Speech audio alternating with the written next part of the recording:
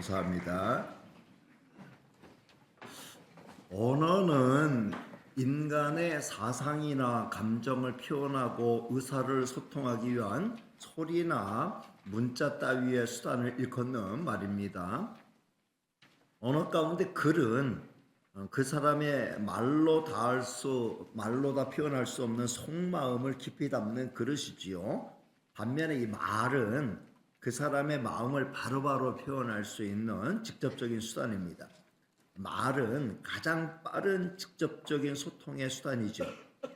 비록 거짓말일지라도 그 사람의 마음을 가장 잘 표현합니다. 그 사람의 말을 들으면 그 사람이 어떤 사람인지를 알 수 있습니다. 겉만 보고 사람을 평가했다가 그 사람의 말을 직접 들어보고는 완전히 다른 평가를 하게 되는 경우가 많이 있습니다. 사람은 말로 자기를 표현합니다. 기분 좋으면 기분 좋은 말을 하고 기분 나쁘면 기분 나쁜 말을 합니다. 깊은 감동이 된 말을 하고 깊은 깨달음이 된 말을 전합니다. 깊은 위로의 말을 하고 격려의 말을 합니다. 동시에 비판과 비난과 비방의 말도 합니다. 모든 말은 그 사람의 속마음을 직접적으로 나타내며 결국 그 사람을 온전히 보여줍니다. 하나님도 하나님의 말씀을 통해 하나님을 우리에게 온전히 알려주셨습니다. 말씀이 없었을 때는 하나님을 제대로 알지 못했습니다. 하나님이 말씀하셨을 때 비로소 우리는 하나님을 제대로 알게 되었습니다. 하나님은 진리 그 자체이기 때문에 하나님의 입에서 나온 말씀은 하나님을 그대로 보여줍니다. 사도 요한은 하나님은 말씀이라고 알려주었습니다. 요한복음 1장 1절, 오늘 교동문에서도 나왔는데 요한복음 1장 1절 말씀을 보겠습니다. 태초에 말씀이 계시니라. 이 말씀이 하나님과 함께 계셨으니 이 말씀은 곧 하나님이시니라. 태초부터 말씀으로 존재하시면서 이 세상을 창조하시고 우리를 구원하시기 위해 친히 사람의 몸을 입고 우리를 찾아오신 분은 성자 예수님이시죠. 요한복음 1장 14절 말씀, 아까 교동문 끝자락에도 나왔는데 같이 읽습니다. 시작. 말씀이 육신이 되어 우리 가운데 거하심에 우리가 그의 영광을 보니 아버지의 독생자의 영광이요 은혜와 진리가 충만하더라. 아멘. 우리는 하나님의 말씀인 성경을 대할 때 하나님을 대하는 심정으로 대해야 합니다. 하나님과 하나님의 말씀은 별개가 아니기 때문이죠. 여러분, 기독교 신앙은 성경이 하나님의 말씀이라는 데서 출발합니다. 성경이 하나님의 말씀이 아니라면 우리는 하나님을 제대로 알아갈 방법이 없습니다. 우리는 성경을 펼칠 때마다 거기서 하나님의 말씀을 대하고 그 말씀에 근거하여 하나님을 대합니다. 오늘도 말씀하시는 하나님을 대하고 그 말씀에 순종함으로 반응함으로 하나님을 더 많이 알아가고 예수님을 더 많이 닮아가는 저와 여러분 되시기를 주님의 이름으로 축복합니다. 자, 이제까지 살펴보면 히브리서 1장부터 4장 11절까지의 내용을 다시 간단히 요약하면 이런 거죠. 우주 만물의 창조주이시며 우리의 구원자가 되신 예수님은 우리의 자비롭고 신실한 대제사장이 되셔서 우리를 끔찍이 사랑하시고 우리를 세세히 살펴주신다. 우리 정말 이 땅에서 부족함이 없는 삶을 살다가 영원한 천국에 이르게 될 것이다. 사망의 권세, 음부의 권세를 절대로 두려워할 필요가 없다. 우리의 남은 생을 하나님의 뜻 이루기 위해서 온전히 헌신하며 살다가 주께서 부르시며 얼른 주의 품에 안기면 된다. 우리 주님은 모든 천사보다 뛰어나신 분이시고 위대한 종 모세보다도 뛰어나신 분이시다. 우리는 주님이 지으신 아름다운 집 교회의 일원으로서 교회 주체로서 매일 피차 권면하면서 주님이 만들고자 하시는 아름다운 집을 세워가는 과정 가운데 있다. 우리에게는 영원한 안식이 약속되어 있고 이 땅에서도 주 안에서 안식을 맛보며 살 수 있다. 절대로 흔들리면 안 된다. 이런 논지의 말씀을 살펴봤습니다.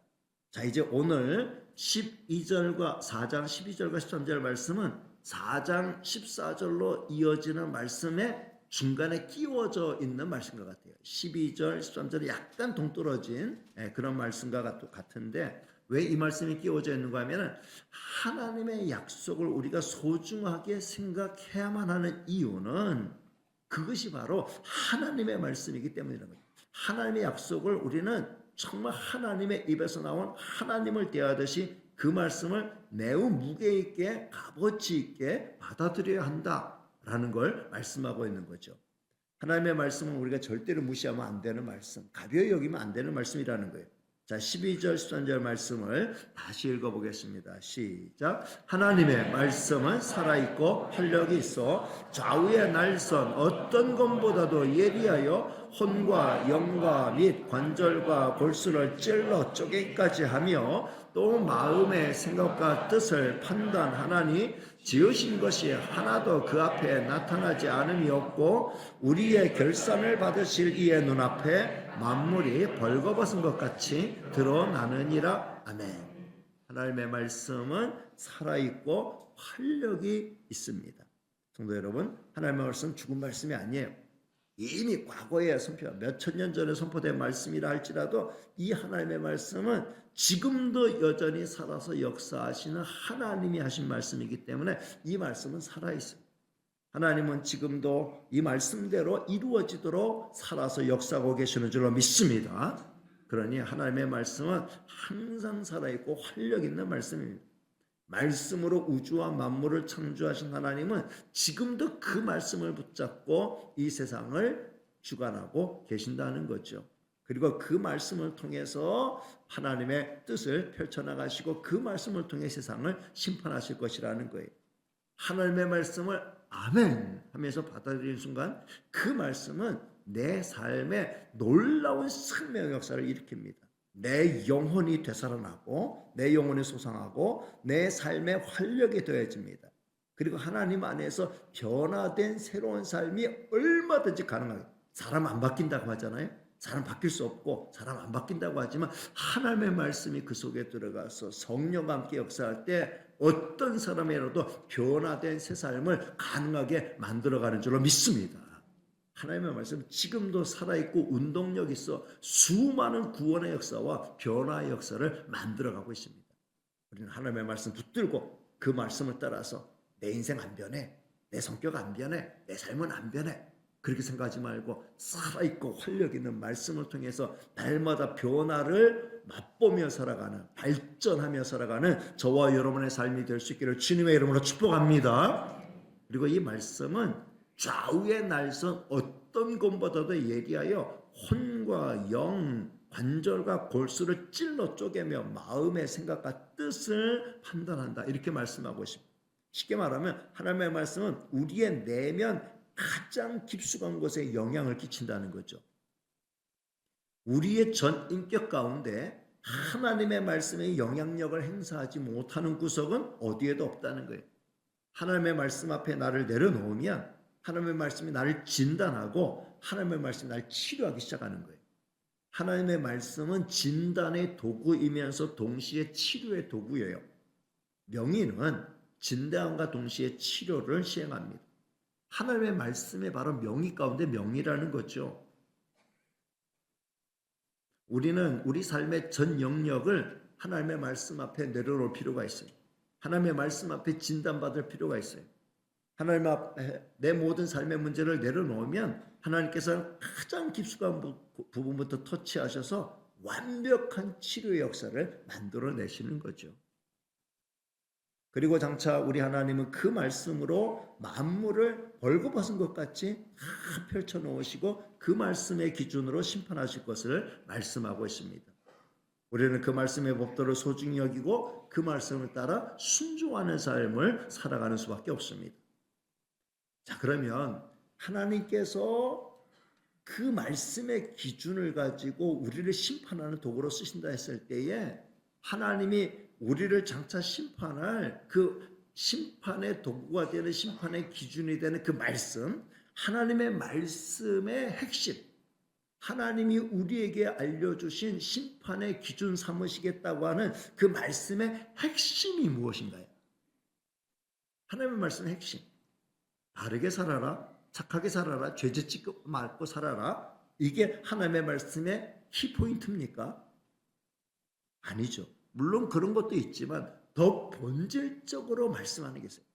하나님의 말씀인 성경을 통해서 특별히 이 히브리서를 통해서 우리가 같은 이치를 깨닫게 되는데, 하나님이 집중적으로 우리에게 말씀하는 게 뭡니까?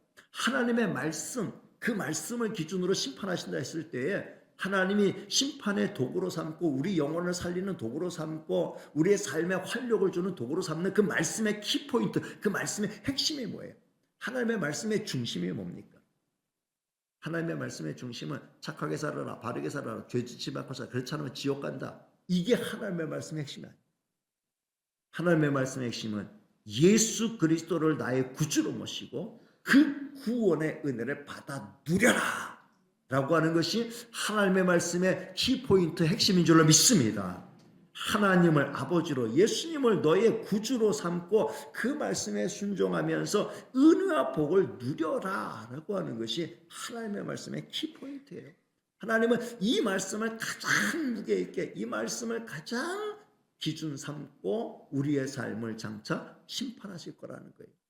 그러므로 성도 여러분, 우리가 끝까지 붙들고 나가야 할 하나님의 말씀의 핵심, 하나님의 말씀의 중심되는 말씀, 그 무엇입니까?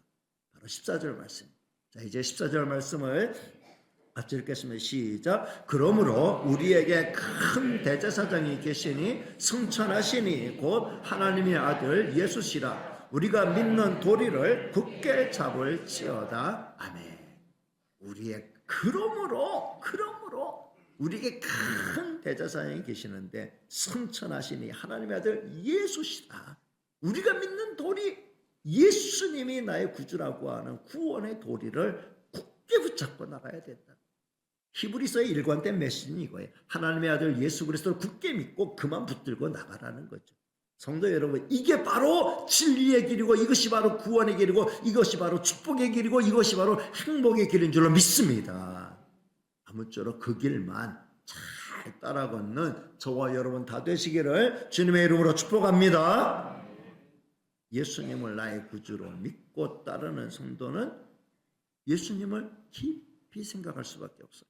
그 은혜를 깊이 묵상할 수밖에 없어요. 그리고 그 은혜에 깊이 젖어들게 마련이지요. 오늘 토부 워십 찬양단이 예배 전에 찬양을 부를 때도 예수가 보이네. 예수님만, 우리가 주님을 생각하고 주님을 묵상하고 주님을 은혜를 우리가 깊이 마음속에 간직하며 살아갈 때 예수님이 보이게 되는 거예요. 주님이 자꾸 내 삶에 보이게 되고 내 눈앞에 보이게 되고 내 생각 속에 떠오르게 되면은 그 주님을 묵상하고 그 주님을 닮아가게 되죠. 그 주님을 따라가게 되어 있습니다. 이건 강제에 의해서 되는 게 아니에요. 그냥 자발적 심정에서 주님의 은혜가 나를 지배함으로 말미암아 주님을 닮아가는 주님의 사랑과 선행을 실천하는 삶으로 자연스럽게 이어지는 거죠. 착하게 살아라, 바르게 살아라, 죄짓지 말고 살아라가 윤리 도덕의 교범, 그 어떤 교훈이 아니라 예수님을 나의 구주로 모시고 예수님의 것이 은혜와 사랑을 깊이 묵상하며 예수님을 닮아가는 삶을 살아갈 때 자연스럽게 표현되는 거예요. 그러나 핵심이 준비되지 않은 상태에서 겉만 따라가려고 하면 안 되는 거예요. 말씀의 핵심이신 예수님을 나의 구주로 모시고 그 예수님이 살아있는 생명의 말씀으로 내 삶에 깨우침을 주고 나를 주관해 갈 때 나도 모르는 사이에 내가 주님을 닮아가는 사랑과 선행을 실천한 삶을 가능하게 하고 하나님의 심판대 앞에 섰을 때 잘했다 칭찬받고 정말 큰 상급 받는 성도로 서게 될 줄로 믿습니다. 이런 은혜가 있기를 주님의 이름으로 축복합니다. 자, 우리에게 있는 대제사장 예수 그리스도는 어떤 대제사장이십니까? 15절 말씀 같이 읽겠습니다. 시작. 우리에게 있는 대제사장은 우리의 연약함을 동정하지 못하시리가 아니요 모든 일에 우리와 똑같이 시험을 받으신 이로되 죄는 없으시니라. 아멘. 정말 복된 말씀이 아닐 수 없습니다. 제가 히브리서를 읽으면서 학부 시절에 히브리서를 통해서 은혜를 받았는데 참 히브리서를 통해서 제가 제일 처음 그 설교할 기회가 있을 때 우리 성도님들 앞에 설교할 때 이 히브리서를 주제로 설교를 했는데 그때 참 이 말씀이 얼마나 감동이 되고 은혜가 되는지 몰라요. 특별히 이 4장 15절에 있는 말씀. 우리에게 있는 대제사장은 우리의 연약함을 동정하지 못하시리가 아니요 모든 일에 우리가 똑같이 시험을 받은 이유로 죄는 없으시다. 예수님은 우리의 연약함을 동정하는 분이시다.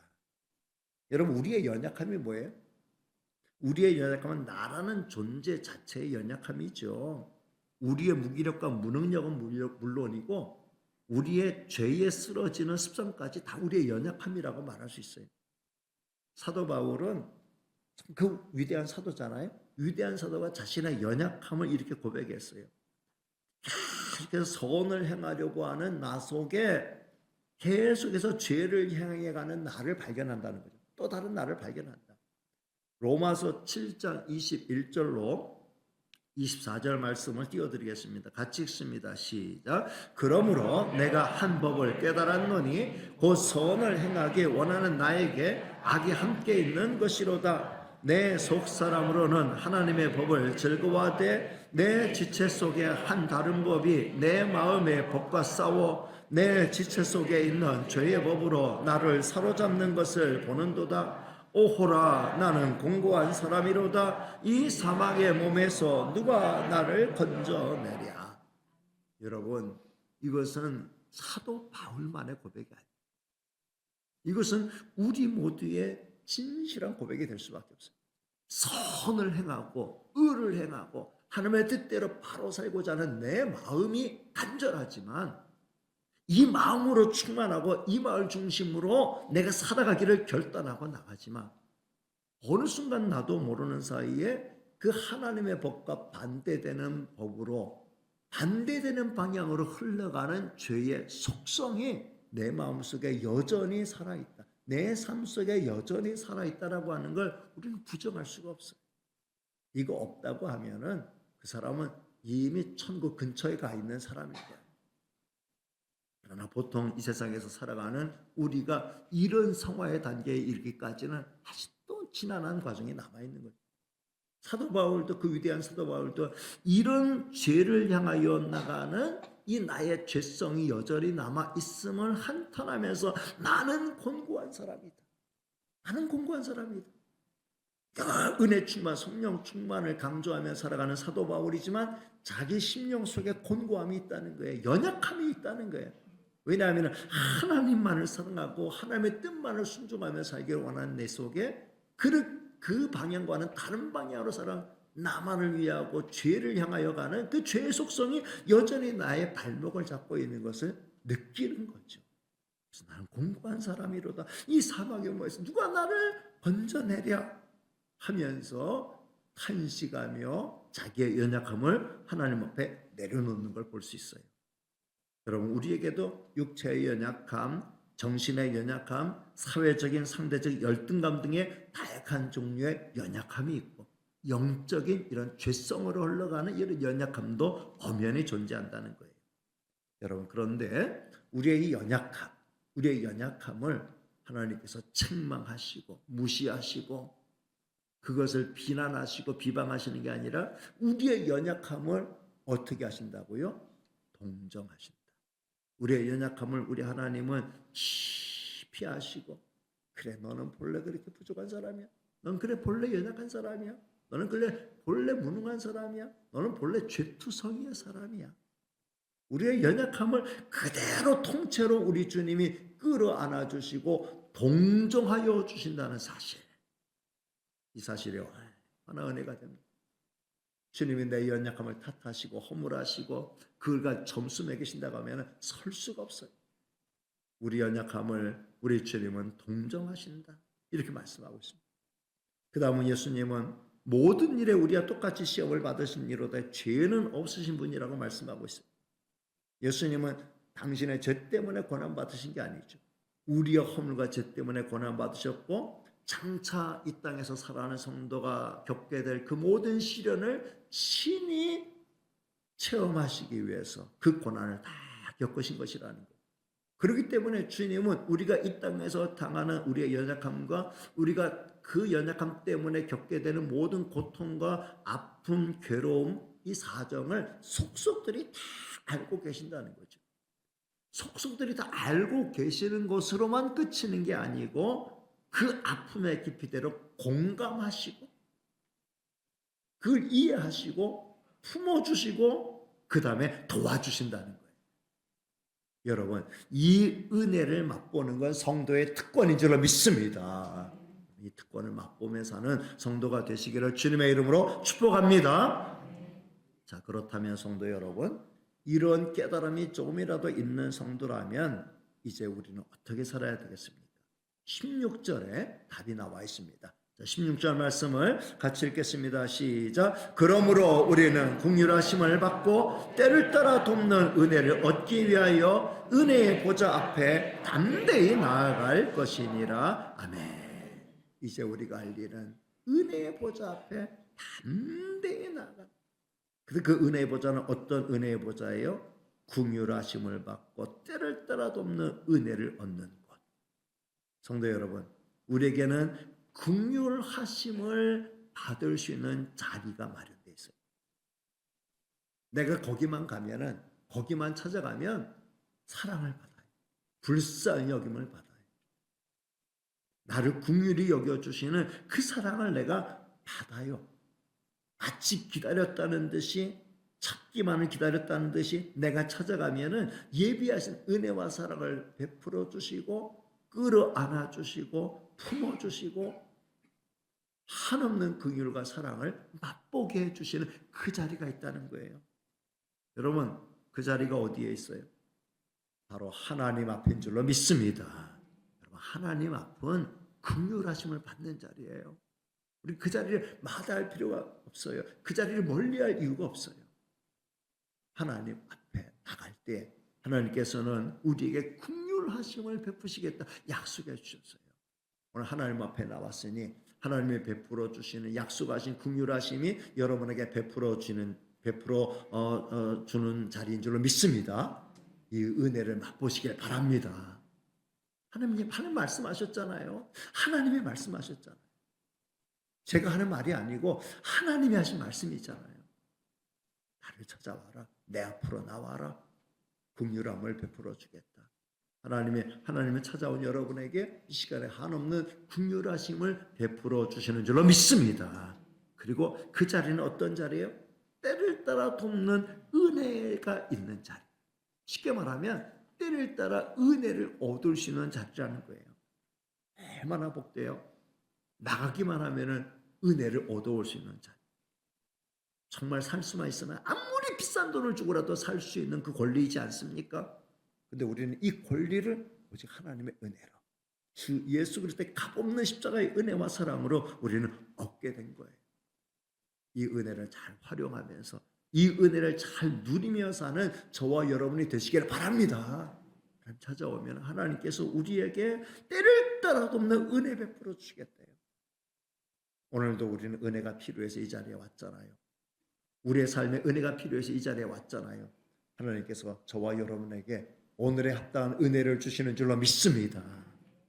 이 은혜에 힘입어서 이번 한 주간도 정말 이 은혜의 힘을 따라서 힘차게 살아가는 저와 여러분의 삶이 될 수 있기를 바랍니다. 이런 은혜의 보좌 앞으로 나가는 구체적인 방법이 뭐예요? 가장 쉬운 방법은 예배의 자리에 참여하는 거예요. 우리는 하나님 앞에 예배드리고 있어요. 예배의 자리는 바로 하나님 앞에서 예배드리는 긍휼하심을 얻는 자리고 때를 따라 얻는 은혜를 얻는 자리인 줄로 믿습니다. 교회에서 공식적으로 드리는 예배의 자리를 사모하며 때를 따라 얻는 은혜 받기 위하여서 하나님의 긍휼하심에 그 긍휼히 여겨진 그 품에 안기기 위해서 주의 전에 올라와서 딱딱하고 형식적인 예배가 아니라 하나님을 생각하면서 주 예수님을 생각하면서 그 품에 내가 안기고 그 하나님을 내 마음 중심으로 내 앞에 계신 하나님을, 내 앞에 계신 예수님을 내가 찬미합니다. 내가 붙듭니다. 그 말씀을 내가 듣습니다. 그 품에 내가 안깁니다. 그 사랑 속에 내가 들어가기 원합니다. 하고 이 예배의 자리가 하나님을 만나는 자리, 하나님의 은혜를 경험하는 자리, 정말 하나님의 은혜의 품속에 들어가는 자리, 딱딱하고 형식적인 그런 예배 아니고 무의미하고 건조한 예배가 아니고 하나님을 인격적으로 만나고 하나님과 나와의 깊이 있는 대면이 있는 정말 이 말씀이 진짜 하나님의 살아있는 말씀, 내 앞에서 하시는 말씀으로 내게 주시는 하나님의 음성으로 듣고 이 말씀에 아멘으로 반응하는 이런 자리가 될 수 있기를 바랍니다. 그러면 예배 자리는 복된 자리예요. 가정에서 예배를 드릴 수도 있고요.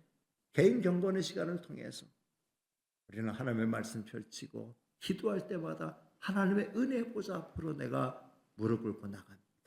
하나님의 은혜 보좌 앞으로 내가 더 가까이 나갑니다 하는 심정 가지고 하나님의 은혜 보좌 앞을 찾기를 좋아하는 저와 여러분 다 되시기를 주님의 이름으로 축복합니다. 말씀을 맺습니다. 저는 오늘 말씀을 통해 다음 세 가지를 마음에 담아가기를 원합니다. 첫째, 하나님의 말씀을 대할 때 하나님을 대하듯 해야 합니다. 따라합니다. 하나님의 말씀을 대할 때 하나님을 대하듯 해야 합니다. 서론에서 말씀드렸듯이 하나님의 말씀과 하나님은 분리되어 있지 않습니다. 하나님은 하나님의 말씀으로 하나님을 우리에게 알려주셨어요. 그리고 말씀하신 하나님은 지금도 살아계셔서 역사하고 계셔요. 우리는 하나님의 말씀 대할 때마다 지금 하나님의 내 앞에서 말씀하고 계신다. 이 중심으로 하나님의 말씀을 받아야 합니다. 이렇게 말씀 받으면 그 말씀 한 절 한 절이 다 내게 주시는 귀한 말씀으로 내 마음에 새겨지게 되는 거예요. 그리고 그 말씀이 정말 내게 은혜가 되고 힘이 되는 거예요. 여러분 하나님 말씀 가운데 내게 은혜가 되고 힘이 되는 말씀 얼마나 많아요. 구구절절 날 사랑한다는 말씀, 날 도와주시겠다는 말씀, 날 찾기만 해라 살 길이 열린다는 말씀, 성경에 꽉 차 있는 말씀이잖아요. 이 말씀을 통해서 우리는 우리의 심령의 치료를 받고 우리의 삶의 치료를 받고 사람 안 바뀌어가 아니라 말씀 안에서 말씀을 타고 역사하는 성령 안에서 우리의 삶의 근본이 바뀌고 우리의 삶의 체질이 바뀌고 우리의 도무지 예수님을 닮아갈 수 없는 예수님의 근처도 갈 수 없는 우리가 나도 모르는 사이에 예수님의 성품과 예수님의 삶을 닮아가는 이런 변화의 삶이 나타나게 될 줄로 믿습니다. 하나님의 말씀 가운데는 내 심령을 찌르고 내 폐부를 찌르고 내 잘못된 생각을 수술하는 아주 예리한 말씀도 있어요. 그런 말씀을 통해서 우리는 내 삶의 허물이 깨우쳐지고 내 삶의 죄악이 드러나게 되고 그것이 수술되고 잘려나가고 그리고 회복이 되고 새살이 돋는 이런 역사가 나타나게 되는 줄로 믿습니다. 하나님의 말씀을 대할 때마다 성경을 대할 때마다 하나님을 대하듯 이 말씀을 대하면서 말씀과 나와의 삶 속에 정말 생명적인 연합의 관계가 끈끈하게 이어지는 이런 은혜로운 삶을 활기차게 살아가는 성도들 되시기를 주님의 이름으로 축복합니다. 두 번째는 우리를 위한 큰 대제사장이 계심을 항상 믿어야 합니다. 따라합니다. 우리를 위한 큰 대제사장이 계심을 항상 믿어야 합니다. 우리에게는 가장 든든한 백이 있어요. 우리 주님은 이미 살펴본 대로 절대적으로 우리를 위하는 자비하고 신실한 대제사장이십니다. 그리고 가장 크고 능력이 많은 제사장입니다. 지금도 살아서 우리를 위하시는 일하시는 대제사장. 거기다가 우리의 연약함을 나의 무능함을 나의 무기력함을 나의 온갖 부족함을 다 체휼하여 주신 내 연약함을 탓하지 아니하고 허물하지 아니하시고 그 연약함을 감싸 주시는 예수님이셔요.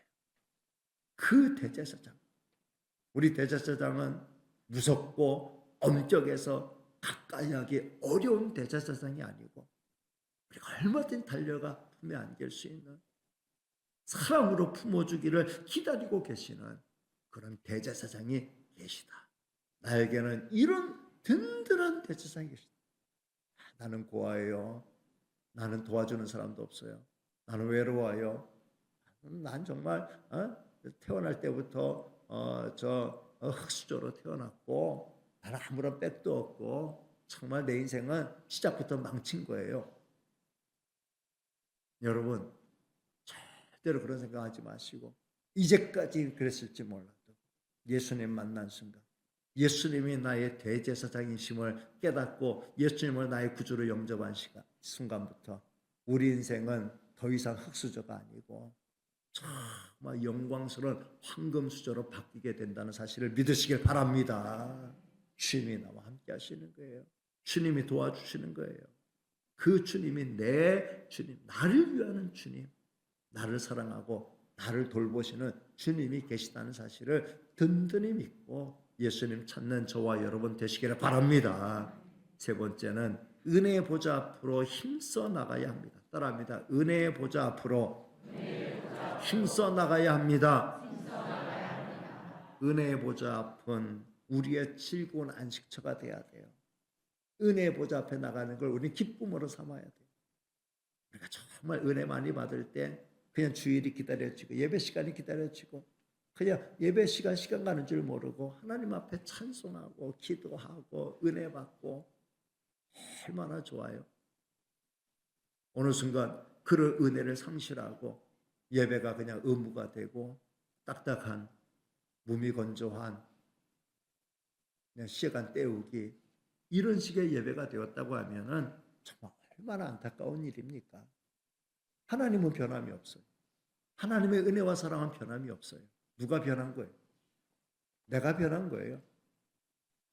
내 신앙이 그냥 딱딱한 고체가 되어버린 거예요. 딱딱한 틀이 되어버린 거예요. 내용 없고 껍데기만 있는 거예요. 다시 우리의 내용을 주 예수님으로 꽉 채워갈 수 있기를 바랍니다. 예수님으로 꽉 채워서 누구를 위한 예배가 아니에요. 우리의 예배는 누구를 위한 예배가 아니에요. 여러분이 목사님을 위해서 예배 드리는 거 아니잖아요. 우리는 하나님 앞에 예배 드리는 거예요. 예수님 앞에 예배 드리는 거예요. 누구의 예배를 드려요? 내 예배 드리는 거예요. 내 예배. 내 영이 깨어서 내 예배 드리는 거예요. 내 예배가 신령과 진정으로 하나님께 기쁨이 되고 하나님께 영광이 되고 은혜가 되고 내게 은혜가 되고 축복이 되는 이런 예배가 되기를 사모하면서 하나님 앞에 나오기를 기뻐하는 저와 여러분 될 수 있기를 바랍니다. 하나님 앞에 나오는 게 기쁨이 되고 즐거움이 될 수 있기를 바랍니다. 하나님의 은혜의 보좌 앞이 여러분의 안식처가 되기를 바랍니다.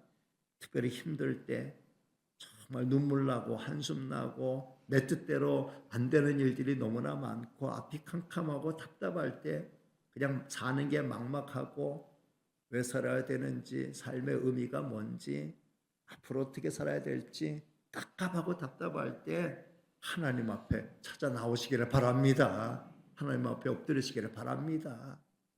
하나님, 날 좀 불쌍히 여겨주세요. 날 좀 긍휼히 여겨주세요. 하나님 앞에 나오면 긍휼히 여겨주신다고 했잖아요. 하나님 앞에 나오면 때를 따라 돕는 은혜 주신다고 했잖아요. 하나님, 나 하나님의 긍휼이 필요해요. 하나님의 사랑이 필요해요. 하나님이 안아주시는 게 필요해요. 하나님의 품이 필요해요. 하나님의 품에 안기는 거예요. 하나님께서 그 넓은 품으로 품어주시고 사랑하여 주시고 은혜 베풀어 주시는 줄로 믿습니다. 여러분, 우리를 넘어뜨리기 위해 호시탐탐 기회를 엿보고 있는 마귀가 가장 싫어하는 게 뭔지 알아요? 우리가 하나님의 은혜 보좌 앞으로 찾아 나가는 거예요. 여러분, 우리가 잘 되는 길은 마귀가 싫어하는 걸 찾아 행하는 거예요. 우리가 반대로 망하는 길은 마귀가 기뻐하는 일을 행하는 거예요. 하나님의 은혜의 보좌 앞을 찾아 나가는 것은 하나님이 기뻐하시는 일이고 마귀는 싫어하는 일이에요. 다시 말하면 우리에게는 복된 길인 줄로 믿습니다. 그래서 예배 시간마다 열심히 찾아와 하나님 앞에 예배 드리고 개인 경건의 시간을 통해서 주님 찾고 주님 만나고 날마다 주님 만나고 날마다 주님의 은혜의 보좌 앞을 찾으면 찾을수록 우리의 영혼은 더 새로워지고 우리의 삶은 근본부터 변화되면서 우리의 삶에 참된 변화의 역사가 나타나고 세상을 향하여 선한 영향을 끼치는 하나님의 사람들로 든든히 서게 될 줄로 믿습니다.